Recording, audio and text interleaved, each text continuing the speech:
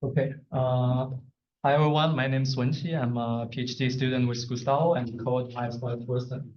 So this talk is supposed to be recorded and uploaded to YouTube channel. So though I would love to make it interactive, I would suggest that we leave the questions to the end so we have a complete recording of this talk. So this is a paper that we presented last year at SC. It is about vector search, a high performance vector search with hardware acceleration. If you haven't heard about vector search yet, it's an essential component in many ML-related systems, such as recommendation systems and search engines, so forth. Recently, it has even been used in LLM systems, powering some of the latest products, such as ChatGPT. So first and foremost, what is vector search? A vector search is essentially a retrieval process to have many of these database vectors. And then given a query vector, what the vector search does is that it wants to return the k most similar vectors in the database in terms of metrics such as L2 distance and so forth. So it's about searching the k nearest neighbors. So what are those database vectors exactly, and what does this query vectors really mean? Well, that depends on the workload that you are using this vector search. For example, if you use search engine, then what the search engine does is that it will use the LLM to encode your web pages into a vector representation that basically captures the meaning of the text. And then when the user types in the query, such as with von Neumann, then the query is also going to be encoded as a vector representation. And then this query vector is compared against the database vector to find some relevant web pages to the user's request. And if you use this in recommender systems, then the database vectors basically contains the vector representation of the products or the advertisements. And then your query is basically the user's interest, and you filter out some potential candidates to be recommended to the user. And recently in LLMs, vector search is also widely used. This is something called retrieval augmented generation. So you may heard that the LLMs can actually hallucinate. So it basically produces non-factual content. So a solution to this is that you not only use an LLM, but you also have an external knowledge database. So when you generate content, you not only rely on the prompt, but also you use the prompt as the query to retrieve some relevant information from the database. So you have a more informed and more reliable answer produced by the LLMs. So if you consider a very large-scale vector search, for example, searching through the web, exact nearest neighbor search actually turns out to be too hard to afford because you need to linearly scan through your entire database with full precision. So in practice, what people use is actually approximate nearest neighbor search. And the quality metric of the search is recall, which means the fraction of the true nearest neighbors that can be searched from this approximate search. So approximate search trades a bit of recall for a much higher system performance. Now, one of the most popular algorithm in this category is known as the IVFPQ algorithm. So the algorithm actually consists of two simple components. The first component is an index known as the IVF index. So the goal of this index is to prune the search space. So instead of scanning the entire database, you only select a number of vectors to scan. And the second component in this algorithm is a quantization technique called product quantization. Essentially, we want to try to compress high-dimensional database vectors into just a few bytes of this product quantization code, or PQ code in short. For example, you can turn 1,000 dimensional vectors to just 100 bytes of those compact PQ code. So let's take a look at the index first, the IVF index. So the goal here is very simple. We want to avoid scanning all the database vectors. So what we do is that we run some clustering algorithms such as k-means. So we partition the space into many subspaces. And each list is, in this context, is known as an IVF list. So if you have a query vector, instead of comparing to all the vectors in the database, you select first the closest IVF list, and then you can gradually expand the search space. So the number of lists you scan is a parameter that the user can set, and there's a trade-off between search space and search quality. The more search space, the higher the search quality, but also the more cost you need to pay for this search. Now, the second component in the IVFPQ algorithm is this product quantization. So product quantization basically wants to compress vectors into compact PQ codes. And here is an example. You have a database vectors of n vectors in total, and each vector has d dimensions.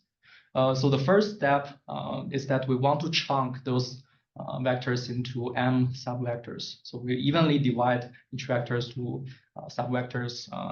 Each subvector has a dimensionality of d by n. After that, what we do is that we want to run a clustering algorithm within each subspace. For example, I can turn all this first subspace of vectors, and I run it, get 256 centroids by clustering. Why 256? I'll explain that in a second. But after that, what we can do is that instead of using the original full precision database vector, we can approximate each subvector by its closest centroid that we just get. For example, for the first subvector here, we compare it to all the cluster centroids that we trained, and it turns out that the 17th centroid is the closest one to this database subvector. So instead of storing the original database vector, we can just use 17 as approximate, and we just need to store this 17 as a number into the database. And the 17 here is known as a PQ code. And because we only have 256 centroids, that means we can use just 1 byte to represent this number. And if you divide the vectors by m subspaces, then that means you can compress a vector of d dimensions to just m bytes of those PQ codes. So that is about the training part of product quantization. And then when you query this quantized database, what happens is that you also divide this query vector into m subspaces and process each of subspace independently. What you do typically is that you construct a distance lookup table between the subquery vector and all these 256 centroids. So what happens is that you compare to all these centroids, and then you end up with 256 distances, which you are going to store in the distance lookup table. So later on, I will show this table is going to be reused many times, which eventually saves a lot of compute. So what happens when you compare this query vector to a database vector? For example, you compare to the first database vector, which the first subspace is a PQ code of 17 that we just calculated. So what happens is that you can just use 17 as an address to look up the distance table, because we already computed the query subvector and all this subvector subcentroids in the first subspace. And similarly, we do this for each of these m subspaces. So we just need to do m times of lookup from the distance tables, and we just need to basically sum up all these lookup values. So imagine that there can be millions or even billions of vectors in the database. That means your distance lookup table is going to be reused over and over again, and eventually that saves a lot of computation during the decoding process. So putting them together, we have this IVFPQ algorithm, and here is this high-level workflow of it. So to begin with, we have this receive this query vector, and optionally we can do some transformation. After that, we basically compare the query vector to the index centroids. So we compare to the centroids, and then we select, let's say, a subset of centroids or IVF list that we want to scan in the next stage. After that, we basically construct the distance lookup table, and with this distance lookup table, we can then estimate the distances between the query vector and your quantized database vectors. And eventually, the k-nearest neighbors can be collected after this process. So in this project, given the rising importance of vector search and the popularity of the IVFPQ algorithm, we asked, can we build a specialized hardware accelerators for this algorithm? Well, it turns out there are actually several challenges when we try to build such an accelerator. Well, if we think about this 6 search stage algorithm, there naturally first inter-search stage heterogeneity means that we need to build different building blocks between different stages. And also, even within a single stage, there can be multiple valid hardware designs with different architectures that shows different trade-offs between performance, resource consumptions, etc. And the third part is that actually we need to try to allocate the limited or fixed amount of cheap resources across the 6 stages. So how do we allocate the resources? Should we allocate more resources to stage 1, or should we allocate more to stage 5? So how do we determine this? Well, you may ask, why not just run some profiling first and determine the bottleneck stage, and then we can take it from there to optimize that stage. Well, it turns out it's not that trivial, because in this algorithm, you have many knobs that you can tune. So for example, you have a list, which means how many lists you have in your IVF indexes. And at the query time, you can select arbitrary number of lists that you want to visit. It's basically different search spaces. And also you have K, which is the number of nearest neighbors that you want to return per query. And it turns out all these parameters can actually change the performance bottleneck drastically. And here shows you an example profiling on GPUs where we tune K, which is the number of nearest neighbors we want to return from 1 to 1,000. And we normalize the time consumption per search stage. And this purple bar basically means the time consumption on the eventual K selection stages. And you can see that the variance of time consumption actually is very large across different settings. And this applies to also other parameters that you can tune in this algorithm. So there's no easy answer to which bottleneck is really the most important one. So in order to build a highly efficient hardware accelerator for this workload, we take a step back and think about what is really needed in deployment scenario. So we talk to some industry partner and figure out this is a common use case. So for example, you have some users. This user offer their dataset. They want to do nearest neighbor search on their dataset. And they also have a quality requirement. Say, I want to achieve statistically 90% of recall over 10 nearest neighbor, let's say. And given this, they just basically want to maximize the performance. So if this is the goal, which means that given a data set and recall requirement to optimize the performance, we wonder, is there an approach that we can have that automatically decides what is the optimal hardware design given this use case? And how can we pick the appropriate algorithm parameters on top of this hardware? And can we automatically generate this hardware running this specific algorithm parameters on top of it? And that basically is our FANS project. So FANS is a hardware algorithm co-design framework for vector search. We use FPGA to prototype FANS because of the large design space of this problem. So the key idea of FANS are several folds.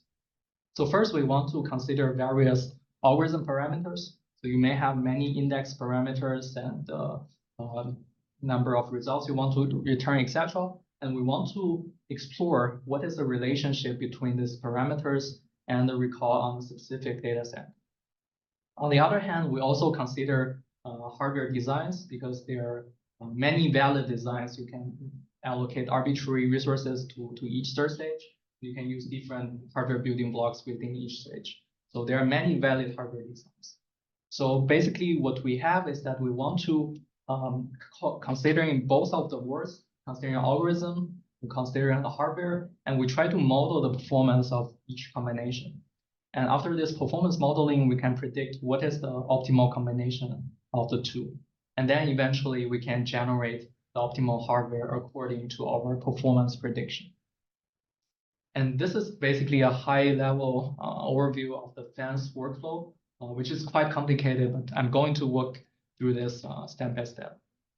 So first on the algorithm side, so user will offer you a data set.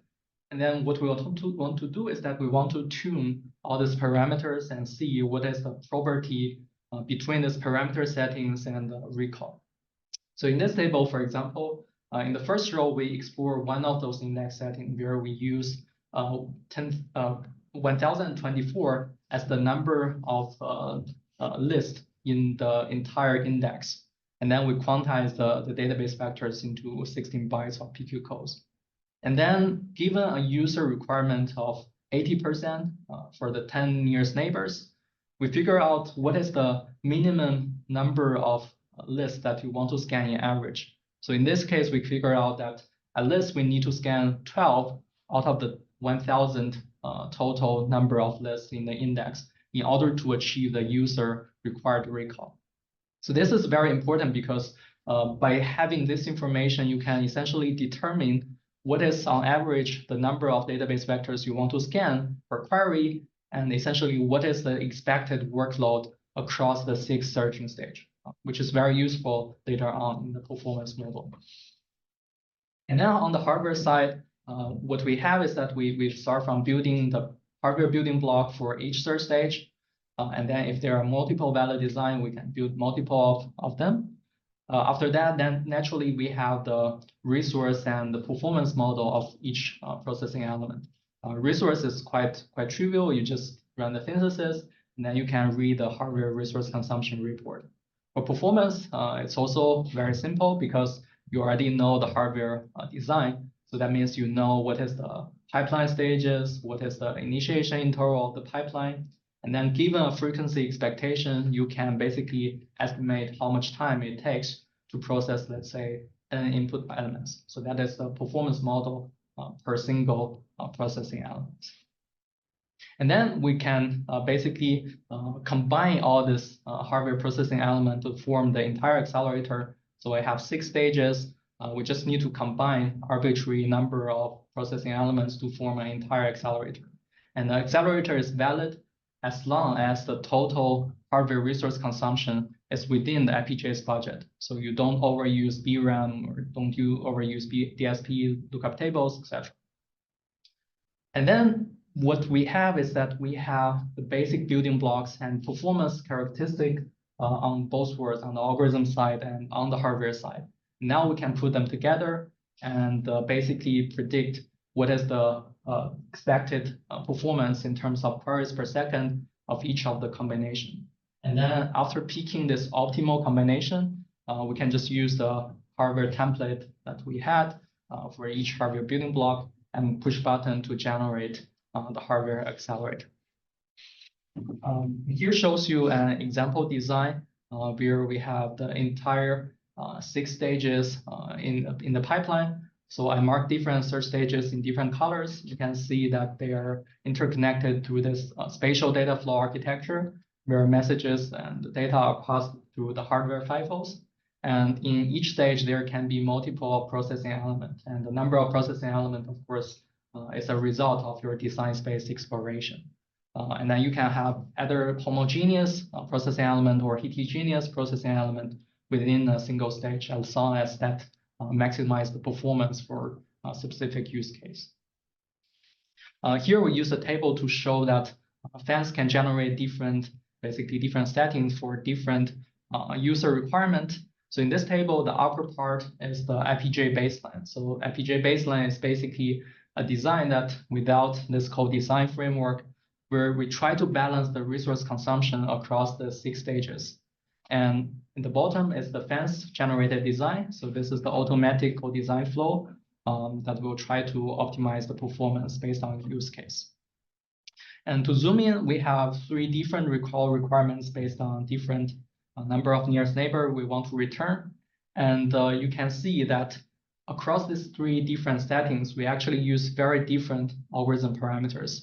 We use the different number of lists in the index, and then we determine that we also need to scan a different portion of database vectors per query. Also, within a single search stage, we can see that we have different number of processing elements. This means that the fans can basically customize the resource allocation to different users' requirements. And for those stages that has multiple valid hardware designs, fans can also choose different microarchitectures based on the use case.